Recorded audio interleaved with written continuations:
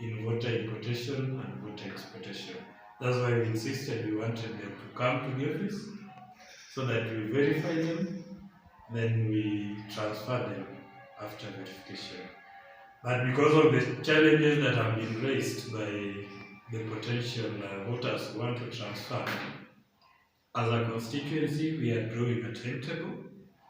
We want to move from ward to ward, and this communication is going around through our voter registration assistants, so that they mobilize people who want to transfer on a given day. We go there and give them an opportunity to transfer. So with the age, the disabled, we call them special interest groups.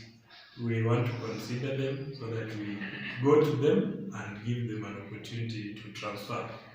We recognize the fact that Mount Elgon has had a challenge, mainly with the wards bordering Trans Nzoia, Kiminini, Endebess, Saboti.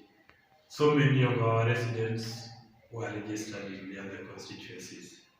So we want to allow them.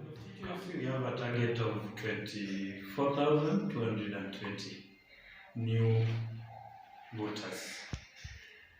The exercise has had challenges during week 1. The turnout has been very low, such that by the end of Sunday, we had registered 732 new voters.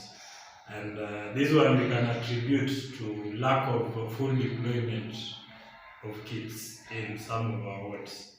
Because as at Saturday morning, it's only Kaptama ward out of the 6 wards in the constituency which had full deployment of kits.